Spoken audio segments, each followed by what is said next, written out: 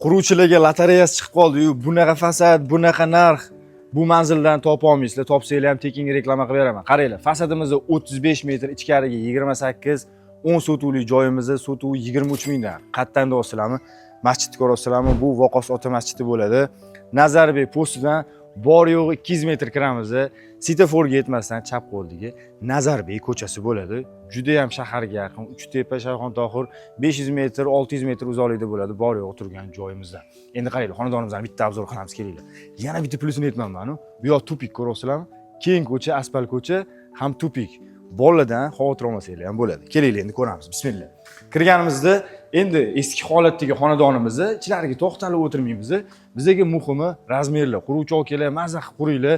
Sotuvi 23 mingdan ustiga kelinglar, yana ham yumshatib beriladigan joy bor ekan, mana tushuntiraman. Bunaqasiga 28 metr dedim. Ozgina kassov joyi bor shu devorimizda. Lekin bu yog'iga tekis to'g'ri joyimizni, binolarni buzish juda ham oson, chunki bu eski xonadonlarimizning asosi taxtadan tashkil topgan bo'lgani uchun haqiqatan buzish oson bo'ladi. Hovlimizni ko'rdinglar, juda ham keng, asosan hovlidan tashkil topgan, binolarimiz kam, 10 sotuvli bo'ladigan bo'lsa, quruvchi akalar fasadni ko'chaga qaratib, bemalol 3-4 ta xonadon qurib olsanglar ham bo'ladi. Mana hovlidan ham Voqos ota masjidi shunday ko'rinib turadi. Sotuvini 23 mingdan so'rashyapti, ustiga kelinglar, yana ham yumshatib berishadi. Qo'shimcha ma'lumotlarni pastki raqamga qo'ng'iroq qilib, joygalar bilan baraka qilinglar.